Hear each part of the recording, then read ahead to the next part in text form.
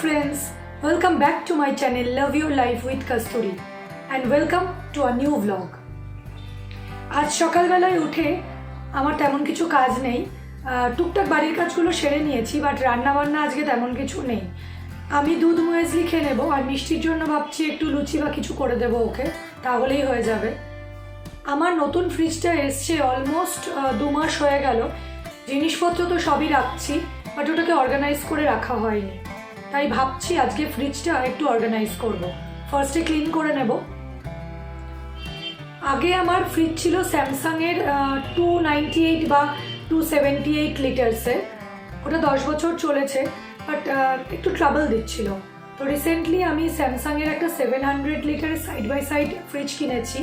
2 মাস use করেছি আমি ফ্রিজটা। তো আজ ভাবছি ফ্রিজটা একটু অর্গানাইজ করে নিই।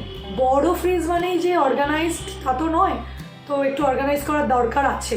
আমিও বড় ফ্রিজে ফার্স্টে এমনি জিনিস রাখছিলাম, আর দেখলাম হচ্ছে না, জিনিসপত্র এদিক ওদিক হয়ে যাচ্ছে। তো জিনিসটাকে একটু সেট করে নিই, আর এটা রিভিউও তোমাদের সাথে আজকে আমি তাহলে শেয়ার করব। কালকে ফল কিনতে গেছি, ফলওয়ালাটা পুরো কাঁচা কলা দিয়েছে। আমি হাত দিয়ে দেখে বললাম এটা ঠিক হবে না, বললো কি না নিয়ে যান, কালকেই ঠিক হয়ে যাবে। যখনই না ওরা যে জিনিসটা বলে নিয়ে যান কালকে ঠিক হয়ে যাবে, সেটা কোনোদিন ঠিক হয় না। নিজে দেখে নিলে তবেই ঠিক হয়। মানে আমি কোনো সময় ওদের দোকানদারের ওপর ভরসা করি না। বাট কালকে কি হলো, ভাবলাম ঠিক আছে তাহলে হয়তো কালকে ঠিক হয়ে যাবে, বাট আজকে খাচ্ছি একদমই ঠিক হয়নি, একদম বাজে টেস্ট এটা। ভাবলাম ফ্রিজটা গোছাবো, বাট আমার ফ্রেন্ডের সাথে যাচ্ছি এখন ট্যাটু করাতে। আমি না, ও ট্যাটু করবে অ্যাকচুয়ালি।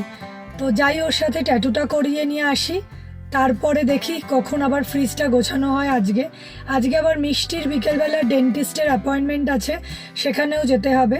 এখন প্রায় 12:30 বাজে, তো ওই কাজটা আগে করে আসি, ট্যাটুটা আগে করিয়ে নিয়ে আসি। মোটামুটি আমার মনে হচ্ছে 3টে বেজে যাবে, আর তারপরই যেতে হবে মিষ্টির ডেন্টিস্টের কাছে। জানি না আজকে আর ফ্রিজটা আমি গোছাতে পারবো কি না, চেষ্টা করবো রাত্রিবেলা করে নেওয়ার, কারণ আজকে কাজ অনেক হালকা আছে, কালকে সানডে, সো আজকে আর চাপ নেই। যাই এখন আগে ওকে নিয়ে।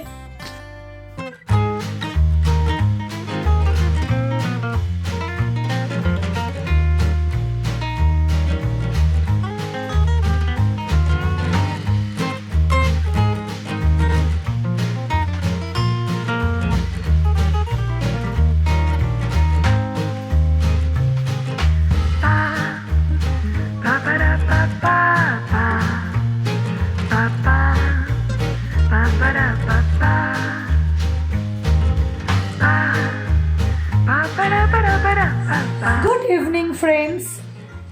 আমি ট্যাটু করিয়ে নিয়ে এসে মিষ্টিকে নিয়ে গেছিলাম ডেন্টিস্টের কাছে। ডেন্টিস্ট দেখিয়ে ½ অ্যান আওয়ার হলো বাড়ি এসেছি, এখন 6টা বাজে। এবার একটু চা বা কফি কিছু একটা খাবো, দেন আমি করব আজকের ডিনারের প্রিপারেশন। ডিনার রেডি করে তারপরে আমি ফ্রিজটা অর্গানাইজ করব।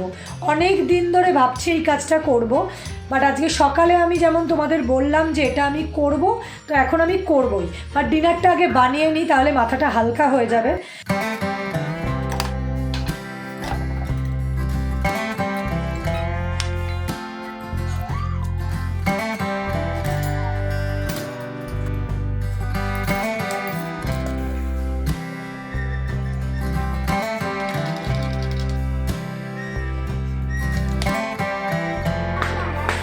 কি গো, কোথায় বসবে চা নিয়ে?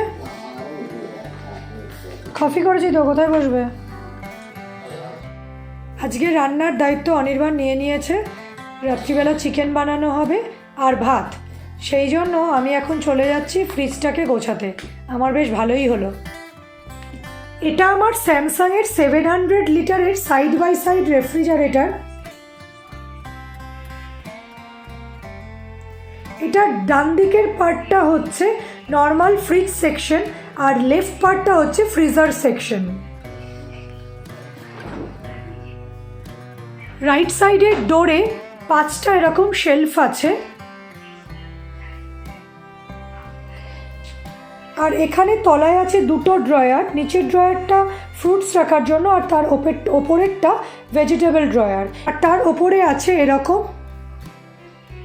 আর তার ওপরে আছে এরকম 4টে শেলফ।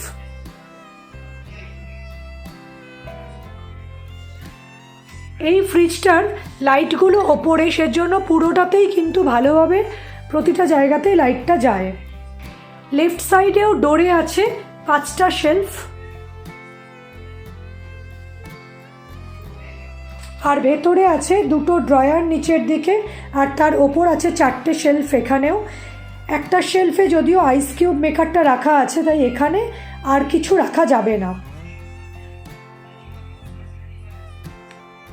আমার ফ্রিজের প্রতিটা শেলফে আমি এরকম লাইনার পেতে নিয়েছি। এই লাইনারগুলো, এটা আমি হোয়াইট কালারের লাইনার ইউজ করেছি যাতে লাইটটা পুরোটা ভালোভাবে আসে প্রতিটা শেলফে। যদি ডার্ক লাইনার ইউজ করতাম তাহলে কিন্তু লাইটটা গার্ড হয়ে যেত।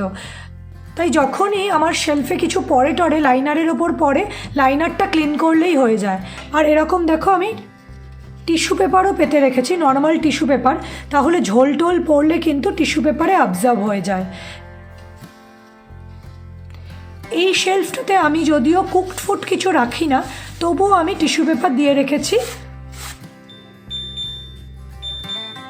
পেছনের দিকে ফ্রিজটা না অ্যালার্ম দিচ্ছে, ডোর ওপেন করা আছে সেই জন্য।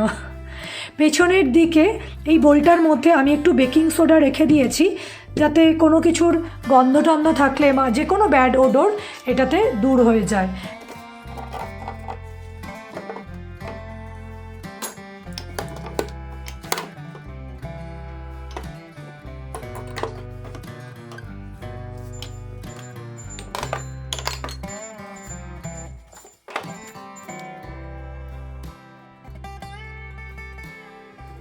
এবার আমি ফ্রিজের এই পার্টটা মানে রাইট সাইডটা মোটামুটি গুছিয়ে ফেলেছি।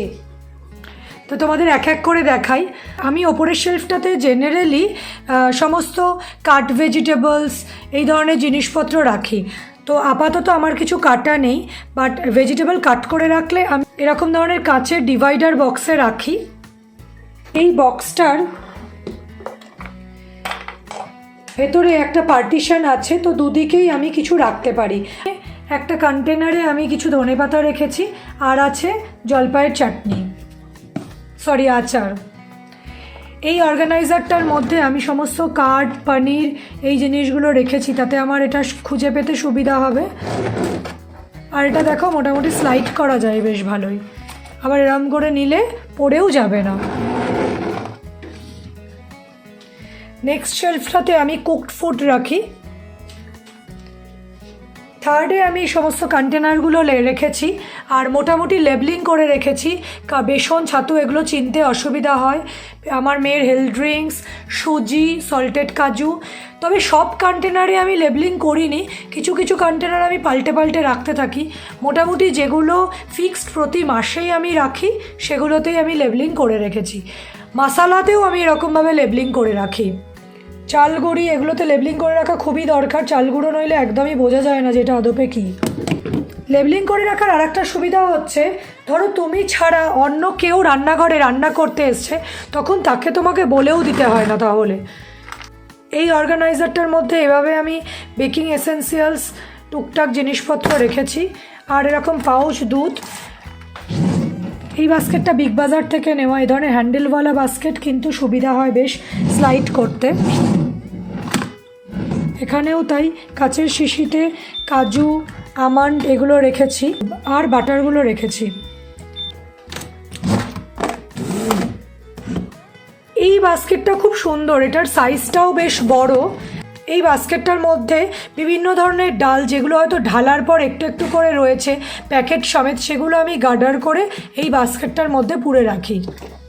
এই বাস্কেটটা আমি সেট অফ টু কিনেছিলাম। এটা অনেক সময় পাওয়া যায় এর মাঝে 3টে আলাদা আলাদা ছোট ছোট বাস্কেট সমেত, বাট আমি সেটা কিনিনি, ওটাতে আমার একটু অসুবিধা হয়। বাট যারা ওর মধ্যে ভেজিটেবলস রাখে তাদের জন্য বেশ ভালো। তো আমি এটা সিম্পল কিনেছি, কোনো রকম ডিভিশন ছাড়া। এটার মধ্যে আমি ভেজিটেবলস রাখি। ভেজিটেবলস আমি জেনারেলি এরকম নেটের ব্যাগের মধ্যে আমি জেনারেলি ভেজিটেবলসগুলোকে রাখি। আর এই ভেজিটেবলস বলো বা ফ্রুটসের বলো, তাতেও কিন্তু আমি এরকম টিস্যু পেপার দিয়ে রেখেছি। আর টিস্যু পেপারের তলায় দেখো এখানে লাইনারটা রাখা আছে, লাইনারটাও দেওয়া আছে। লাইনারের ওপর টিস্যু দিয়ে আমি জিনিস রেখেছি। সাইডটাতে তলায় যে জিনিসগুলো খুব একটা ইউজ হয় না, দুটো কোল্ড ড্রিঙ্কস এনে রাখা আছে, একটু বেকিং পাউডার, এর মধ্যে বোধহয় ব্রেড ক্রাম্ব রাখা আছে। এই শেলফটাতে আমি ডিম রেখেছি। ডিমের আমার আলাদা করে কোনো বক্স নেই, সেজন্য আমি ভেতরের দিকে রাখতে পারিনি। বাট গরমকাল এলে এখানে যদি কোল্ড ড্রিঙ্কসের বটল রাখি তখন হয়তো ডিমের আলাদা বক্স আমাকে কিনতে হবে। আপাতত এই ট্রেটার মধ্যেই রেখেছি। এই অ্যাক্রিলিকের ট্রেটা ফ্রিজের সাথেই এসেছিল। নেক্সট এই শেলফটাতে আমি জেলি রাখি, আদা রসুন বাটা রাখি, লঙ্কা রাখি, আর সসগুলো রাখি। এখানে একটা আচার আছে এই জেলির কোটোটাতে, এটাও রাখি। এর মধ্যে সমস্ত কফি, দুধ, কোকো পাউডার, পেছনে ভিনিগার, সয়া সস, এই ধরনের জিনিসগুলো এখানে রেখেছি। আর তার ওপরে রাখা আছে টুকটাক জিনিসপত্র, জোয়ান, গ্লুকন্ডি, এক্সট্রা ঘি যেটা ফ্রিজে রাখি, খেজুর, এই ধরনের জিনিসপত্র। তো মোটামুটি এবার ফ্রিজটা আমার অর্গানাইজ দেখতে লাগছে। আর এটা মেনটেন করাও বেশ সুবিধা। এবার আমি খুলেছি ফ্রিজার সেকশনের ডোরটা, যেটা লেফট সাইডে আছে। এরও ওপরেরটাকে আমি আইসক্রিমস রেখেছি, সাথে এর মধ্যে কিছু টুকটাক ছোটোখাটো মশলা টশলা রাখা আছে। এরকম একটা কন্টেনার আমি রাইট সাইডেও রেখেছিলাম, আর একটা এটা। শুকনো লঙ্কাটা আমি ফ্রিজে রাখি, বেশ ক্রিস্পি থাকে। বেবিকর্ন, টুকটাক জিনিসপত্র এখানে রাখা আছে। এই শেলফটাতে আমি মাছ মাংস রাখি। আর এই বক্সটার মধ্যে আপাতত ম্যাগি, আইস প্যাক এগুলো রাখা আছে। নিচের এই বক্সটা খালি আছে। এই দুটো শেলফও খালি আছে। এখানে স্পাইসেস আছে, এটাতেও স্পাইসেসগুলো রাখা আছে। এই জায়গাটা মোটামুটি অর্গানাইজড আছে। আর আমার যে লাইনারটা ছিল সেই লাইনারটা এখানেও দিতে হবে, বাট এখানে আমার দেওয়া হয়নি। এটা একদমই নোংরা হয় না, সেই জন্য আমি এখানে এখনও লাইনার ইউজ করিনি। এবার আমি তোমাদের বলবো এই ফ্রিজটার ফিচারের ব্যাপারে। এই ফ্রিজটার কিন্তু ডোরের মধ্যে এরকম টেম্পারেচার কন্ট্রোলের প্যানেলটা আছে। এখানে দেখো ফ্রিজ সেকশনটার টেম্পারেচার কন্ট্রোল করা যায়। মোটামুটি এটা 3 ডিগ্রিতে থাকে। আর তার নিচে একটা ভ্যাকেশন মোড করা যায়। ভ্যাকেশন মোড হলে কি হয়, এই সেকশনটা চালু থাকে, ফ্রিজার সেকশনটা অফ হয়ে যায়।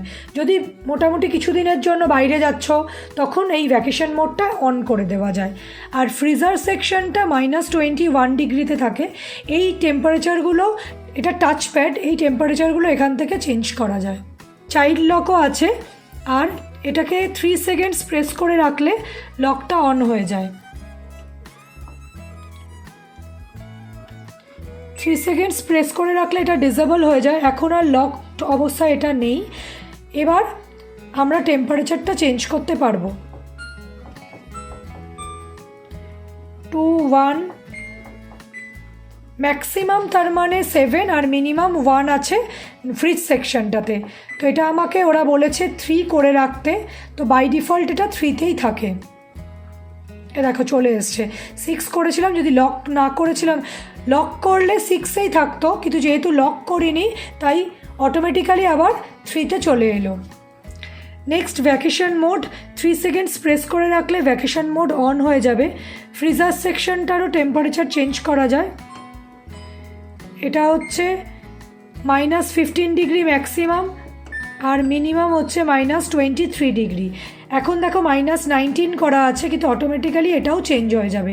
দেখো -21-এ চলে এলো। ডোর অ্যালার্মটা কিন্তু অন অফ করা যায় না, এটা ওদের বাই ডিফল্ট এটা অ্যালার্ম দিতেই থাকে। এবার আমি আবার লক করে দেব। টেম্পারেচারটা লকড হয়ে থাকলো, যাতে বাচ্চারা হটপট এটাকে চেঞ্জ করতে না পারে। এখানে স্পেসিফিকেশনগুলোও লেখা আছে, model number, star rating, gross capacity, dimension, সব কিছু এখানে লেখা আছে। রাতের চিকেন রেডি, চিকেন আর ভাত। আমাদের চিকেন, আর এটা হচ্ছে মিষ্টির চিকেন। চিকেনটা বেশি করেই করা হয়েছে যাতে কালকেও কিছুটা হয়ে যায়। আজকের ব্লগটা আমি এখানেই শেষ করছি। আমি যেভাবে আমার ফ্রিজটা অর্গানাইজ করে রেখেছি সেটা যদি তোমাদের ভালো লেগে থাকে তাহলে লাইক করো এই ভিডিওটা। আর যারা আমার চ্যানেলে আজকে প্রথমবার এসেছো তারা অবশ্যই আমার চ্যানেলটাকে সাবস্ক্রাইব করো। আর এই ভিডিওটা ভালো লেগে থাকলে শেয়ার করো তোমাদের ফ্রেন্ডস অ্যান্ড ফ্যামিলির সাথে। দেখা হচ্ছে আবার একটা নতুন ব্লগের সাথে। আজ এ পর্যন্তই। Bye bye.